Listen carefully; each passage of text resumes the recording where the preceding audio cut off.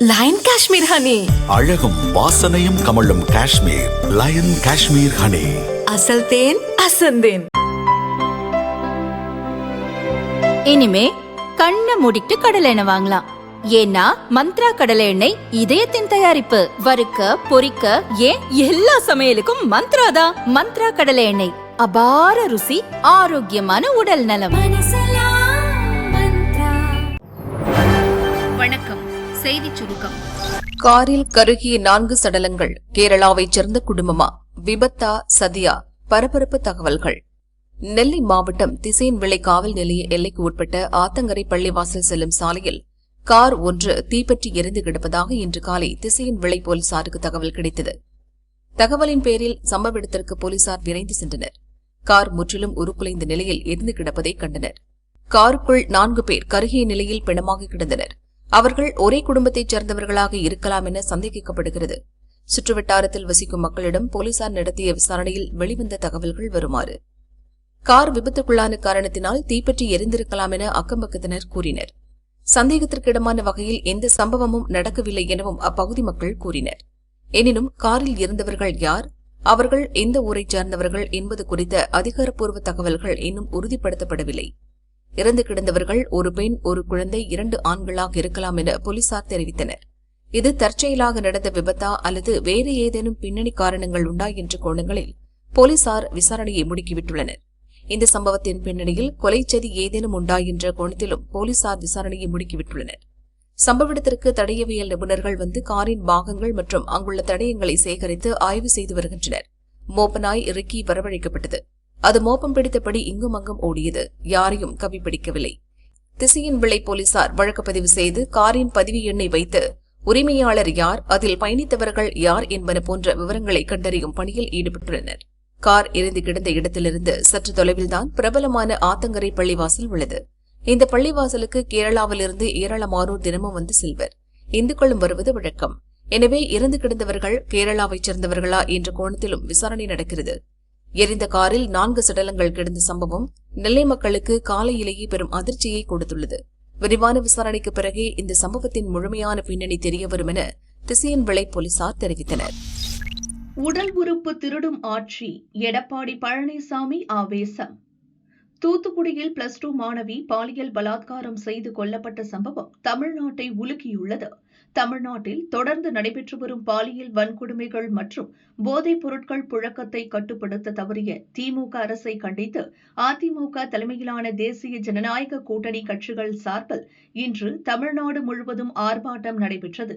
சென்னையில் விருகம்பாக்கத்தில் நடந்த ஆர்ப்பாட்டத்தில் அதிமுக பொதுச் செயலாளர் எடப்பாடி பழனிசாமி பங்கேற்று பேசினார். தமிழகத்தில் எங்கு பார்த்தாலும் கஞ்சா விற்பனை அமோகமாக நடக்கிறது. உடல் உறுப்புகளை திருடும் ஒரே ஆட்சி திமுக ஆட்சிதான் என பழனிசாமி கடுமையாக சாடினார்.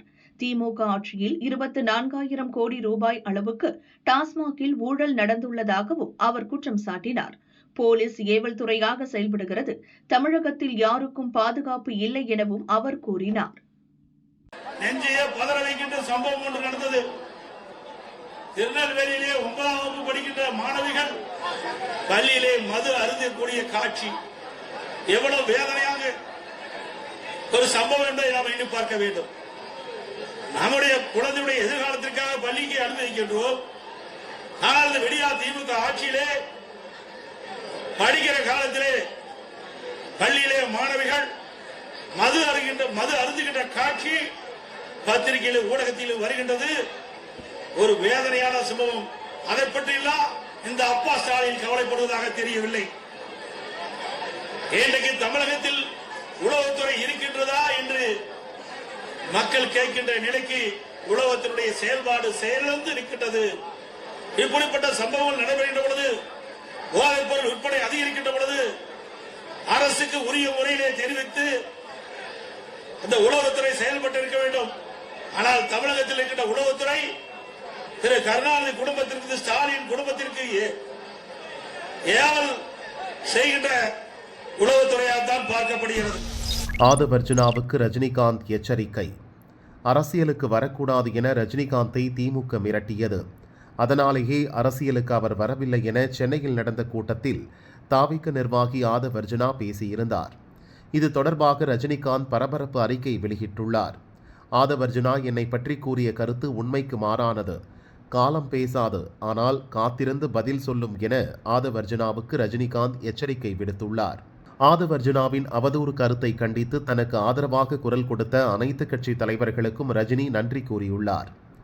எடப்பாடி பழனிசாமி, நயினார் நாகேந்திரன், எல் முருகன், அமைச்சர் ரகுபதி, திருமாவளவன், அண்ணாமலை, அர்ஜுனமூர்த்தி, அன்புமணி, GK வாசன், ஜான் பாண்டியன், புகழேந்தி மற்றும் பல அரசியல் கட்சி தலைவர்கள், அமீர், தனஞ்சயன் மற்றும் திரையுலக நண்பர்கள் மற்றும் ஊடகத்துறையினர், என்னை வாழ வைக்கும் தெய்வங்களான ரசிகர்கள் அனைவருக்கும் என்னுடைய மனமார்ந்த நன்றியை தெரிவித்துக் கொள்கிறேன் என ரஜினி கூறியுள்ளார். திமுக வேட்பாளர்களிடம் ஸ்டாலின் நேர்காணல். தமிழகம் மற்றும் புதுச்சேரி சட்டசபை தேர்தலில் போட்டியிட விரும்பும் திமுகவினரிடம் நேர்காணல் சென்னை அறிவாலயத்தில் இன்று துவங்கியது. விருப்ப மனு அளித்துள்ளவர்களிடம் முதல்வர் ஸ்டாலின் நேர்காணல் நடத்தினார். முதல் நாளான இன்று புதுச்சேரியில் போட்டியிட விரும்பும் திமுகவினரிடம் நேர்காணல் செய்தார். நாளை தூத்துக்குடி, திருநெல்வேலி, கன்னியாகுமரி, தென்காசி, மதுரை, தேனி, விருதுநகர், சிவகங்கை, ராமநாதபுரம் மாவட்டங்களைச் சேர்ந்தவர்களிடம் நேர்காணல் செய்கிறார். வரும் 22ஆம் தேதி வரை நேர்காணல் நடக்கும் என திமுக தலைமை அறிவித்துள்ளது.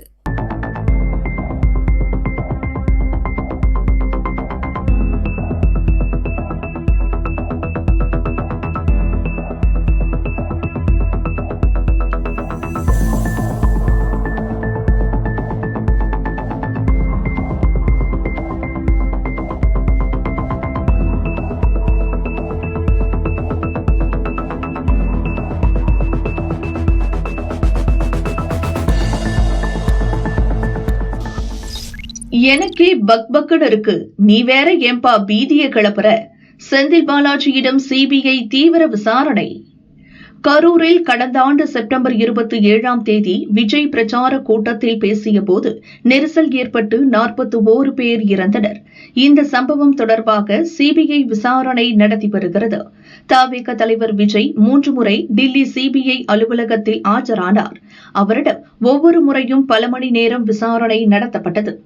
ஒவ்வொரு முறை சிபிஐ விசாரணையின் போது கரூரைச் சேர்ந்த முன்னாள் அமைச்சர் செந்தில் பாலாஜி மீது தனக்கு சந்தேகம் இருப்பதாக விஜய் கூறினார். எந்த அடிப்படையில் செந்தில் பாலாஜி மீது சந்தேகிக்கிறீர்கள் என கேட்டு அதற்கு விஜய் சொன்ன பதிலையும் சிபிஐ அதிகாரிகள் பதிவு செய்து கொண்டனர். மார்ச் 17 சிபிஐ விசாரணைக்கு ஆஜராக செந்தில் பாலாஜிக்கு சம்மன் அனுப்பப்பட்டிருந்த நிலையில் இன்று டில்லியில் உள்ள சிபிஐ அலுவலகத்தில் ஆஜரானார். 10:30 மணிக்கு செந்தில் பாலாஜி சிபிஐ அலுவலகத்தினுள் சென்றார். அப்போது சிபிஐ அலுவலக வாசலில் திமுக நிர்வாகி ஒருவர் செந்தில் பாலாஜி காலில் விழுந்து வணங்கினார்.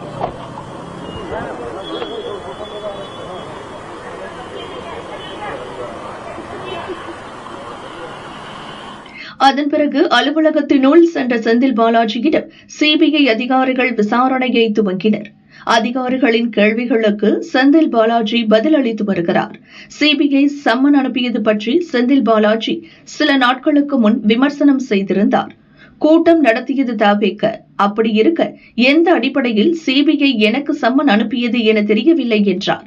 பாதிக்கப்பட்டவர்களை பார்க்க எம்எல்ஏ என்ற முறையில் மருத்துவமனைக்கு சென்றதற்காக சம்மன் அனுப்பினார்கள் என்றால் மற்ற தலைவர்களுக்கும் சம்மன் அனுப்புவதுதானே நியாயமான நடவடிக்கையாக இருக்கும் எனவும் செந்தில் பாலாஜி கூறியிருந்தார். செந்தில் பாலாஜிக்கு சிபிஐ சம்மன் அனுப்பியதில் அரசியல் உள்நோக்கம் இருப்பதாக திமுகவினர் குற்றம் சாட்டும் நிலையில் விசாரணை முடிவில் என்ன நடக்கும் என்ற பரபரப்பு தமிழக அரசியலில் பெரும் பரபரப்பை ஏற்படுத்தியுள்ளது. தொடர்ந்து சரியும் தங்கம் விலை ஒரு வாரத்தில் ரூபாய் 3760 குறைந்தது. சர்வதேச முதலீட்டாளர்கள் தங்கத்தில் முதலீடு செய்வதை குறைத்துள்ளதால் நம் நாட்டில் விலை குறைந்து வருகிறது. தமிழகத்தில் கடந்த சனிக்கிழமை சவரனுக்கு 1120 ரூபாய் குறைந்து ஒரு சவரன் 1,18,080 ரூபாய்க்கு விற்பனையானது. நேற்று தங்கம் விலை சவரனுக்கு 400 ரூபாய் சரிவடைந்து 1,17,680 ரூபாய்க்கு விற்பனையானது. இன்று 22 கேரட் ஆபரண தங்கத்தின் விலை சவரனுக்கு 480 ரூபாய் குறைந்து ஒரு சவரன் 1,17,200 ரூபாய்க்கு விற்பனை செய்யப்படுகிறது. கிராமுக்கு 60 ரூபாய் குறைந்து ஒரு கிராம் 14,650 ரூபாய்க்கு விற்பனையாகிறது. கடந்த 11ஆம் தேதி தங்கம் ஒரு சவரன் 1,20,960 ரூபாயாக இருந்தது. இன்று 1,17,200 ரூபாய்க்கு விற்பனை செய்யப்படுகிறது. கடந்த 7 நாளில் ஒரு சவரனுக்கு 3,760 ரூபாய் குறைந்துள்ளது.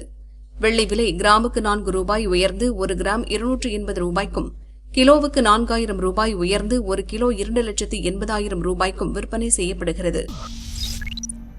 நாட்டில் வேலையின்மை குறைந்தது. அலுமினிய பாத்திரங்களுக்கு ISI.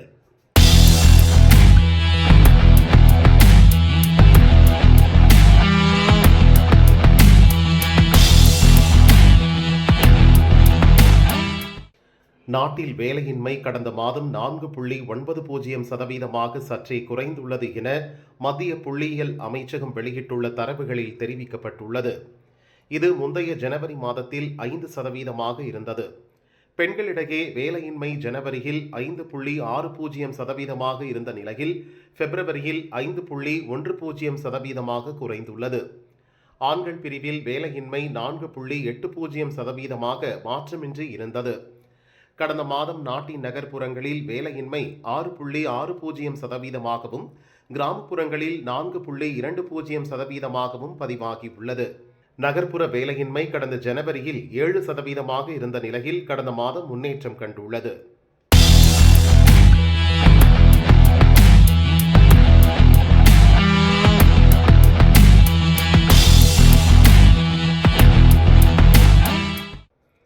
அலுமினிய பாத்திரங்களுக்கு ISI தரச்சான்று கட்டாயம். அனைத்து சமையலறை பாத்திரங்களுக்கும் இந்திய தர நிர்ணய அமைவனம் BSI தரவரையறை செய்துள்ளது. இந்த தரநிலைகள் சிறந்த தயாரிப்பு செயல்திறனை ஊக்குவிப்பதுடன் நுகர்வோர் பாதுகாப்பை உறுதி செய்கின்றன. வீடு, தொழில்முறை சமையலில் அலுமினிய பாத்திரங்களின் பங்கு முக்கியமானது. இந்நிலையில் அவற்றுக்கு ISI தரச்சான்று பெறுவது கட்டாயமாக்கப்பட்டுள்ளது. அலுமினிய பாத்திரங்களின் தடிமன், அளவு, கைப்பிடிகளின் எடை தாங்கு திறன், தட்பவெப்ப தாங்கு திறன் என பல்வேறு நிலைகளில் தர நிர்ணயம் செய்யப்பட்டுள்ளது. பாத்திரத்தில் 99.5% அலுமினியம் இருப்பது கட்டாயம். வரும் அக்டோபர் 1ஆம் தேதி முதல் அலுமினிய பாத்திரங்கள் உற்பத்தி செய்யும் பெரிய நிறுவனங்கள் ISI முத்திரையை பயன்படுத்த வேண்டும். ISI முத்திரை இல்லாத அலுமினிய பாத்திரங்களை உற்பத்தி செய்யவோ, இறக்குமதி செய்யவோ, விநியோகிக்கவோ, சேமிக்கவோ, வாடகைக்கு எடுக்கவோ, குத்தகைக்கு விடவோ கூடாது என தெரிவித்தார். மூத்தவர் தகுதியினி பொருந்தாது, முழுவதுமாக மாறப்போகுது திமுக. திமுக மாவட்ட செயலர்கள் கூட்டம் சென்னை அறிவாலயத்தில் நடந்தது. அமைச்சர்கள், மாநில நிர்வாகிகள் பங்கேற்ற இந்த கூட்டத்திற்கு முதல்வர் ஸ்டாலின் தலைமை வகித்தார். அப்போது பேசிய அவர், தேர்தல் பணியில் நம்பர் 1ஆக திமுக இருந்து வருகிறது. அரசியல் களத்தில் திமுகவின் கை ஓங்கியே இருக்கிறது. பொதுமக்களுக்கு வழங்கிய நலத்திட்டங்களால் அவர்கள் மத்தியில் திமுகவுக்கான ஆதரவு பெருமளவு கூடியுள்ளது. கூட்டணிக்குள் குழப்பம் விளைவிக்க நினைத்தவர்களின் சதியை முறியடித்து புதிய கட்சிகளை அரவணைத்து மிக பலமான கூட்டணியை கட்டியிருக்கிறோம். கூட்டணி வலிமை, நலத்திட்டங்கள், 5 ஆண்டு சாதனைகள் உள்ளிட்டவற்றால் திமுக தான் வெல்லும் என்ற எண்ணத்தை பொதுமக்களிடமின்றி எதிரிகளிடமும் ஏற்படுத்தியுள்ளோம். மாவட்ட செயலர்கள் ஒவ்வொருவரும் அதில் கவனமாக இருக்க வேண்டும். உங்களது ஒவ்வொரு செயலும், ஒவ்வொரு அசைவும், பேச்சும் தேர்தலில் எதிரொலிக்கும் என்பதை உணர்ந்து செயல்படுங்கள். வெற்றியை நெருங்கியுள்ளோம். இந்த நேரத்தில்தான் நாம் இன்னும் அதிகமாக உழைக்க வேண்டும். கூட்டணி கட்சிகளோடு சேர்த்து 200 தொகுதிகள் வெல்வது இலக்கு என்பதை எண்ணி பணியாற்ற வேண்டும். தேர்தல் முடியும் வரை எந்த உட்கட்சி பிரச்சனையும் இருக்கக்கூடாது. தனிப்பட்ட மனஸ்தாபங்கள் கட்சியின் வெற்றியை பாதிப்பதை எப்போதும் அனுமதிக்க முடியாது. யாராவது தேவையின்றி கட்சிக்குள் குழப்பமோ பிரச்சனையோ உண்டாக்கி அது என் காதுகளுக்கு வந்தால் அவர் எந்த பெரிய பொறுப்புகளில் இருந்தாலும் உடனே நடவடிக்கை பாயும் என எச்சரிக்கிறேன். தனிப்பட்ட நிர்வாகிகளை விட கட்சியின் நலன்தான் எனக்கு முக்கியம். தேர்தல் நடக்கும் காலகட்டத்திலேயே நடவடிக்கை பாயும். தமிழகத்தில் 234 தொகுதிகள் இருக்கின்றன. நம் தொகுதிகளில் நடப்பது தலைவருக்கு தெரியவா போகுது என்ற நினைப்பில் இருக்க வேண்டாம். இந்த ஸ்டாலினுக்கு 2 கண்கள் மட்டுமல்ல, 234 தொகுதிகளிலும் கண்ணும் காதும் இருக்கிறது. அத்தனை தகவலும் எனக்கு தனிப்பட்ட முறையில் வந்துவிடும். இப்பவும் வந்து கொண்டுதான் இருக்கிறது. மாவட்ட செயலர்கள் வசமுள்ள அத்தனை தொகுதிகளிலும் வெற்றி பெற்றால் மட்டுமே மாவட்ட செயலர்களும் வெற்றி பெற்றதற்கு சமம். அடுத்த முறை அமையவுள்ள திமுக ஆட்சியில் சீனியாரிட்டி என்பதெல்லாம் 2ஆம் பட்சம். மூத்தவர் என்ற தகுதியெல்லாம் இனி பொருந்தாது. அமைச்சர் பதவி என்பது அதிக வெற்றியை பெற்று தருபவர்களுக்கே என்பதை அழுத்தம் திருத்தமாக இப்போதே மனதில் வைத்துக் கொள்ளுங்கள். அதேபோல மண்டல பொறுப்பாளர்கள், மாவட்ட செயலர்கள் கட்சியின் வெற்றியை உறுதி செய்ய வேண்டும் என்றுதான் பொறுப்பு கொடுக்கப்பட்டுள்ளதே தவிர வேட்பாளர்களை தேர்ந்தெடுப்பவர்கள் அல்ல என்பதையும் மனதில் வைத்துக் கொள்ளுங்கள். வேட்பாளர் தேர்வு, யாருக்கு எந்த தொகுதியை ஒதுக்க வேண்டும் என அனைத்தையும் நான் பார்த்துக் கொள்கிறேன். அவரை பிடித்தால் சீட் கிடைக்கும், இவரை பிடித்தால் சீட் கிடைக்கும் என நேரத்தையும் உழைப்பையும் யாரும் வீணாக்க வேண்டாம். மக்களுக்கு பிடித்தவர்களுக்கு மட்டுமே இந்த முறை சீட். வெற்றி வாய்ப்புள்ள, உறுதியாக வெற்றி பெறும் ஆற்றல் உள்ளவர்களுக்கு மட்டுமே சீட். கட்சியின் அத்தனை நிர்வாகிகள் பற்றிய தகவலும் உடனுக்குடன் என் மேஜைக்கு வந்து கொண்டே இருக்கும். போட்டியிடும் 234 தொகுதிகளிலும் ஸ்டாலின் தான் வேட்பாளர். தான் மட்டும் இன்றி பிறரையும் வெற்றி பெற வைத்து கட்சியின் வெற்றிக்கு உழைப்பவர்களுக்கு உண்டான பரிசு தேர்தலுக்கு பின் தேடி வரும் என அவர் பேசினார்.